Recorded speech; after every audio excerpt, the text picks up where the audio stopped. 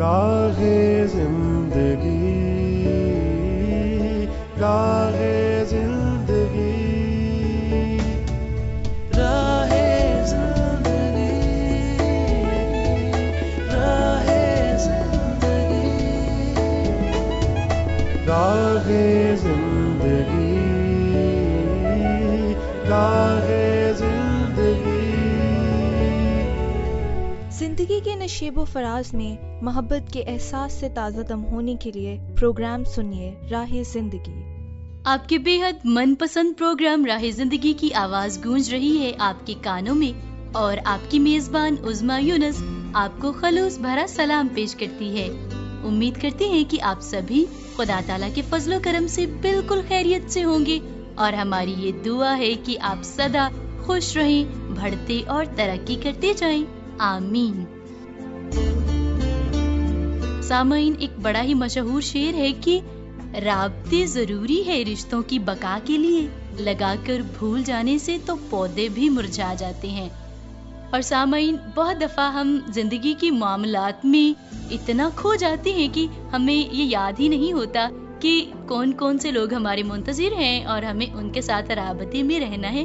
اور اسی طرح سے ایک شخص بتا رہے تھے کہ زندگی میں اس قدر مصروف ہو گیا کہ مجھے اپنے کام اور بیوی بچوں کے سوا اور کسی کا ہوش نہیں تھا، اور ایک دن ایسا آیا کہ مجھے ایک کام کے سلسلے میں 3 دن کے لیے شہر سے باہر جانا تھا، اور جیسے ہی میں وہاں پر پہنچا میں نے اپنے گھر والوں کو بتانے کے لیے کال کی کہ میں پہنچ چکا ہوں، لیکن کسی نے کال نہیں اٹھائی، اور مسلسل 3 دن ایسا ہی ہوتا رہا کہ میں نے کالز کی لیکن گھر میں سے کسی نے میری کال پک نہیں کی۔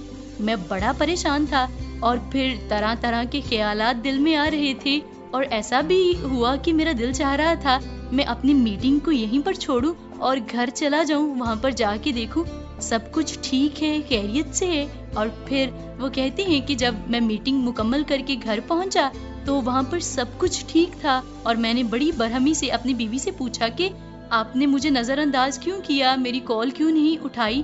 تو انہوں نے جواب دیا کہ میں آپ کو یہ محسوس کروانا چاہتی تھی کہ جب کوئی آپ کو توجہ نہیں دیتا تو آپ کو کیسا محسوس ہوتا ہے، اور آپ کی والدہ کو بھی ایسا ہی محسوس ہوتا ہے جیسا آپ کو محسوس ہوا جب آپ انہیں توجہ نہیں دیتے۔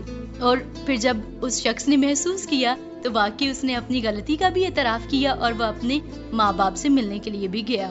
تو سامعین، کاش کہ ہم بھی ایسا ہی کریں کہ وقت نکالیں اپنوں کے لیے، جن کے ساتھ وقت گزارنا ہمارا فرض بھی ہے، اور انہیں ہماری محبت اور توجہ کی بھی ضرورت ہے، اور کسی ایک شخص کو اپنی کائنات ہی نہ سمجھ لیں، باقیوں کو نظر انداز نہ کر دیں، بلکہ سب کے ساتھ رابطے میں رہیں، رابطہ بحال رکھیں، نہ صرف ان کے لیے وقت نکالیں جن کی ہمیں ضرورت ہے، بلکہ ان کے لیے بھی وقت نکالیں جن کو ہماری ضرورت ہے۔ تو آئیے سامعین، ابھی سنتے ہیں پروگرام میں تلاوت کلام مقدس اور برکت پاتے ہیں۔ کلام مقدس میں مرقوم ہے، ہر اچھی بخشش اور ہر کامل انعام اوپر سے ہے اور نوروں کے باپ کی طرف سے ملتا ہے، جس میں نہ کوئی تبدیلی ہو سکتی ہے اور نہ گردش کے سبب سے اس پر سایہ پڑتا ہے۔ تلاوت کلام مقدس سے ہم نے خوب برکت پائی، اور ابھی میں آپ کو بتائے دیتی ہوں پروگرام راہ زندگی کا پتہ، تاکہ آپ کر سکیں ہمارے ساتھ رابطہ فون کال کے ذریعے سے، SMS کر کے، اور واٹس ایپ پر کال یا میسج کرتے ہوئے آپ یہ نمبر استعمال کریں گے 031674775655۔ اس کے ساتھ ساتھ ہمیں خط بھی لکھ بھیجیے گا۔ آپ ہمارا پوسٹل ایڈریس استعمال کریں گے، پروگرام راہ زندگی، PO باکس نمبر 117، فیصل آباد، پاکستان۔ ہمارا YouTube چینل ہے پاکستان کرسچین ریکارڈنگ منسٹریز کے نام سے، یہاں پر آپ پروگرام کو سنیے گا، لائک کیجیے گا، شیئر کیجیے گا، اور چینل کو سبسکرائب بھی ضرور کیجیے گا۔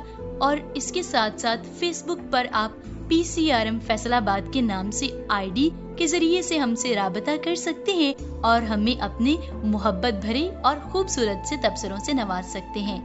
ابھی بھی آپ کی جانب سے جو میسیجز موصول ہوئے ہیں انہیں پروگرام میں شامل کرتے ہیں۔ ساہیوال سے میسج آیا ہے، لکھنے والے ہیں ڈاکٹر ذیشان سیف الملوک صاحب۔ آپ نے کہا ہے کہ آپ سب کو محبتوں بھرا سلام. بہت شکریہ آپ کا یہ سلام راہ زندگی کی پوری ٹیم تک اور سبھی سامعین تک پہنچ چکا ہے. اور آپ کہتے ہیں کہ عادل مشتاق صاحب کی میزبانی میں پروگرام سنا. ہر اعتبار سے پروگرام قابل تعریف تھا اور حمدیہ گیت اور تلاوت کلام مقدس برکت کا باعث رہی. آپ نے کہا کہ دوستوں کے خطوط اور SMS کو شامل کرنا ایک بڑی ہی خوبصورت سی روایت ہے. مجموعی طور پر آپ نے پروگرام کو پسند کیا ہے. آپ کا بہت شکریہ آپ کے اس میسج کے لیے ڈاکٹر ذیشان صاحب. اس کے ساتھ ساتھ مہر عبدالستار سلفی صاحب جن کا تعلق international radio listeners organisation Nankana Sahib سے ہے. آپ کہتے ہیں کہ پروگرام راہ زندگی سنتا ہی رہتا ہوں اور بہت سے گوہرے نایاب سمیٹنے کو ملتے ہیں. بہت شکریہ اس قدر خوبصورت الفاظ کا استعمال کرتے ہوئے پروگرام کو سراہنے کے لیے. آپ نے جوشوا جی کی میزبانی میں پروگرام سن کر کہا ہے کہ ابتدائی گفتگو مجھے خوب اچھی لگی اور پھر خطوط اور SMS کو بھی میں نے انجوائے کیا اور گرمی کے موسم میں تلاوت کلام مقدس اور حمدیہ گیت روح کی تسکین کا باعث ہوئے. اس کے ساتھ ساتھ یوتھ فورم میں آپ نے ہونے والی گفتگو کو بہت پسند کیا ہے. کہا ہے کہ تعمیری گفتگو تھی اور سارے عملے کو آپ نے دعائیں دی ہیں. سلام کہا ہے. بہت شکریہ. آپ کا سلام بھی سب تک پہنچ چکا ہے اور ہمیں اس بات کی خوشی ہے کہ آپ نے پروگرام کے ایک ایک سیگمنٹ پر تفصیلی طور پر تبصرہ کیا ہے. چاہتے ہیں کہ اسی طرح سے آپ پروگرام راہ زندگی کے ساتھ جڑے رہیں. اس کے ساتھ ساتھ بہت سارے سامعین نے ڈاک موصول ہونے پر شکریہ ادا کیا ہے اور ان کے نام میں شامل کیے چلتی ہوں. ان میں شامل ہیں محمد افضل شاہین صاحب جن کا تعلق بہاول نگر سے ہے, شیخو پورہ سے رانا ہارون صاحب, سندھ سے غلام عمر چنا صاحب اور ڈسٹرکٹ چکوال سے محمد عبد الحلیم صاحب اور جھنگ سٹی سے حافظ نعیم صاحب. بہت شکریہ. ہمارے لیے آپ کا میسیج, آپ کی یہ بات بہت معنی رکھتی ہے اور ہم چاہتے ہیں کہ اسی طرح سے آپ کے نام ہمیں پروگرام میں شامل کرنے کو ملتے رہیں. سامعین, اس سلسلے کو یہیں پر سمیٹتے ہیں. لیے چلتے ہیں آپ کو آگے اور سنواتے ہیں آپ کا بہت ہی من پسند اور بابرکت سلسلہ ڈرامہ چراغ راہ, جس میں آج ہمیں سموئیل نبی کی زندگی کے حوالے سے 11ویں قسط کو سننا ہے. تو کیا سیکھنے کو ملتا ہے, اس قسط کو سن کر جانتے ہیں.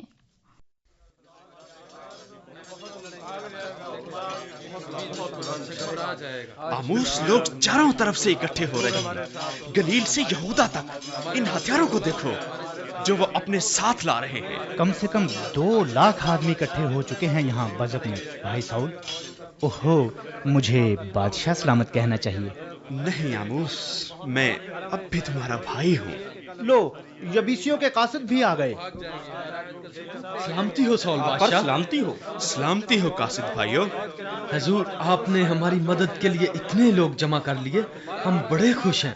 اب ہمیں بڑی امید ہے کہ خدا ہمیں امونیوں کے ہاتھ سے چھڑائے گا. آپ لوگوں کو اب اپنے شہر یبیس کو واپس جانا چاہیے.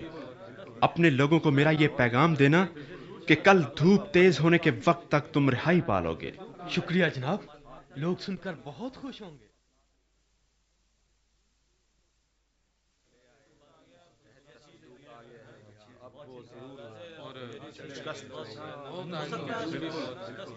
بادشاہ سلامت, سب آدمی پہنچ گئے ہیں. وہ آپ کی بات سننے کے لیے تیار ہیں. ٹھیک ہے سپاہ سالار, میں اس پتھر پر کھڑا ہو کر بات کروں گا. خاموش, ساؤل بادشاہ خطاب کرنے لگے ہیں. اے اسرائیل کے جوانوں, ہمارے ہر قبیلے کے لوگ یہاں اس لیے اکٹھے ہوئے ہیں کہ یبیس میں جا کر اپنے بھائیوں کی مدد کریں. یہاں سے تم دریائے یردن کو دیکھ سکتے ہو اور اس سے آگے بھی, جہاں جلاد کی سرزمین کی وہ وادیاں شروع ہو جاتی ہیں جہاں ہمارے بھائی امونی فوج کے گھیرے میں پھنسے ہوئے ہیں. غور سے سنو, ہماری فوج 3 حصوں میں تقسیم ہوگی. ہم یہاں سے رات کو چلیں گے اور یبیس کے باہر امونی فوج کے گرد گھیرا ڈال لیں گے. جب ہم دریائے یردن کو پار کر لیں تو پھر آپ بالکل خاموش ہو جائیں, اپنی تلواروں اور ہتھیاروں کو کپڑے میں لپیٹ لیں, کوئی شور نہ کرے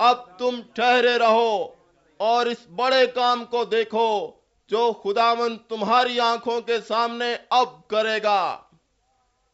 کیا آج گیہوں کاٹنے کا دن نہیں؟ کیا کسی کو یاد ہے کہ کبھی فصل کاٹنے کے دنوں میں بارش ہوئی ہو؟ نہیں سیموئیل نبی، کبھی نہیں۔ خدا نہ کرے ہماری فصلیں تباہ ہو جائیں گی۔ دیکھو وہ اب کیا کرتا ہے۔ میں خداوند سے عرض کروں گا کہ بادل گرجے اور میہ برسے۔ تم دیکھ لو گے کہ تم نے خداوند سے اپنے لیے بادشاہ مانگنے سے کتنی بڑی شرارت کی ہے۔ ہم نے کیا کیا؟ ہماری فصلیں تباہ ہو جائیں گی۔ خدا ہم سے ناراض ہو گیا۔ اوہ خدا، ہم کیا کریں گے؟ خدا نے ہمیں چھوڑ دیا ہے۔ مت ڈرو، خدا نے اپنے بڑے نام کی خاطر اپنے لوگوں کو نہیں چھوڑا، کیونکہ اس نے تمہیں اپنی امت بنایا۔ سیموئیل نبی، اپنے خادموں کے لیے خدا سے دعا کریں، کہیں ہم سب ختم نہ ہو جائیں۔ خدا نہ کرے کہ میں تمہارے لیے دعا کرنے سے باز آ کر خداوند کا گنہگار ٹھہروں، بلکہ میں وہی راہ جو اچھی اور سیدھی ہے تم کو بتاؤں گا۔ وقت اتنا ہو کہ تم خداوند سے ڈرتے رہو اور اپنے سارے دل اور سچائی سے اس کی عبادت کرو، کیونکہ سوچو کہ اس نے تمہارے لیے کیسے بڑے کام کیے ہیں۔ پر اگر تم اب بھی شرارت ہی کرتے جاؤ تو تم اور تمہارا بادشاہ دونوں کے دونوں نابود ہو جاؤ گے۔